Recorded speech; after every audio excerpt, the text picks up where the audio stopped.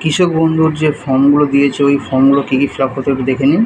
এখানে প্রথমে যে যে ব্যক্তির নামে কৃষক বন্ধুর ফর্ম নেওয়া আছে তার নাম দেবেন। তারপরে সেই ব্যক্তির পিতা বা স্বামী বা স্ত্রী যদি থাকেন, অভিভাবক বা গার্ডিয়ান যে কোনো একজনের নাম দিলে হবে। তারপরে বলছে ঠিকানা দেবেন।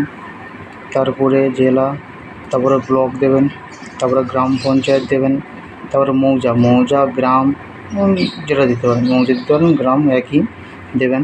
তারপরে হচ্ছে ব্যাংকের সম্বন্ধে বিবরণ আর কি, ব্যাংকের আপনার কোন ব্যাংকে অ্যাকাউন্ট আছে সেই ব্যাংক দেবেন, আর ব্রাঞ্চ ব্যাংকের আইএফসি কোডটা দেবেন, ব্যাংকের অ্যাকাউন্ট নম্বরটা দেবেন, আপনার আধার কার্ডে যে মোবাইল নম্বরটা অ্যাড আছে ওই মোবাইল নম্বরটা দেবেন। তারপর আধার নম্বরটা দেবেন। আধার নম্বর দেওয়ার পর আপনার যে ভোটার আইডেন্টি কার্ডে যে এপিক নম্বরটা আছে ওই এপিক নম্বরটা দেবেন। তারপরে আপনার এসি নম্বর, কার্ড নম্বর আর সিরিয়াল নম্বর।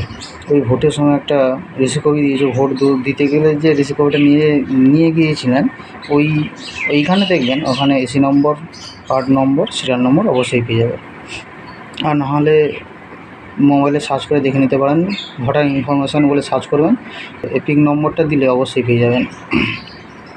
তারপর পরপর নো দেবেন, এগুলো সব নো হবে। এসের ফর্মের তালিকার নাম এগুলো সব নো দেবেন, একটু নোই হবে সব দেবেন। আর এখানে আপনি কী করেন, ফার্মার দিয়েছি আমি, আপনি আপনার মতন দিয়ে দেবেন আপনি কী কাজ করেন।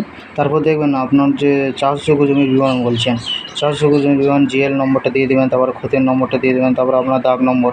আপনাদের অনেকের আছে একটা দাগ নম্বর, আমার এখানে তিনটে থেকে চারটে নম্বর দিয়েছি আছে বলে কমা করে দিয়েছি। আপনার একটা থাকলে একটা দেবেন, দুটো থাকলে দুটো দেবেন। মোট জায়গা একরে লিখবেন, তারপরে মোট কত একর জায়গা।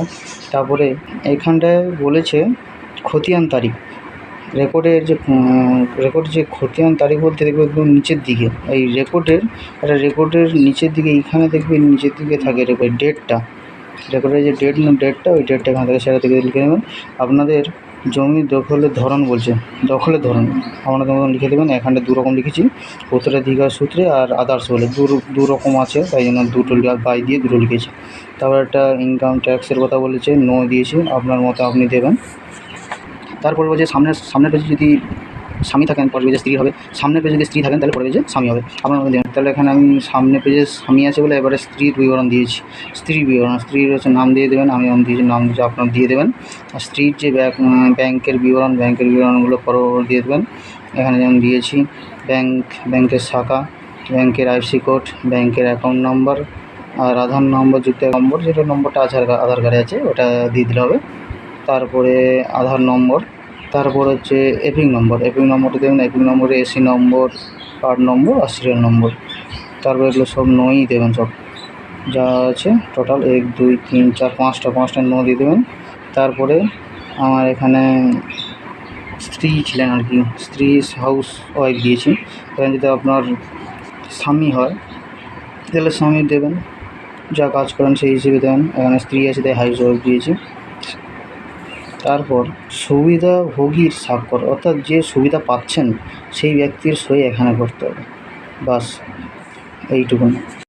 এই কৃষক বন্ধু ফর্ম জমা দিতে গেলে যে জেরক্সগুলো লাগবে সেই জেরক্সগুলো হচ্ছে আধার কার্ডের জেরক্স, ভোটার কার্ডের জেরক্স, আর ভোটের সময় যে একটা রিসিপ্ট দিয়েছিল, ভোট দিতে গেলে যে কাগজটা লিখেছিলো একটা রিসিপ্ট, সেই এসি নম্বর, কার্ড নম্বর, সিরিয়াল নম্বর থাকে, সেই কাগজটা নিয়ে যাবেন জেরক্স করে। ব্যাঙ্ক অ্যাকাউন্টের জেরক্স, কৃষক বন্ধু যদি কারোর বই থাকে এই যে আইডি নম্বরটা দেখবে আছে সেই বইটার জেরক্স। আর রেকর্ড এই 2026 রেকর্ডের আপডেট কপি একটা দিতে হবে। আর জেরক্স স্বামী স্ত্রী উভয় লাগবে।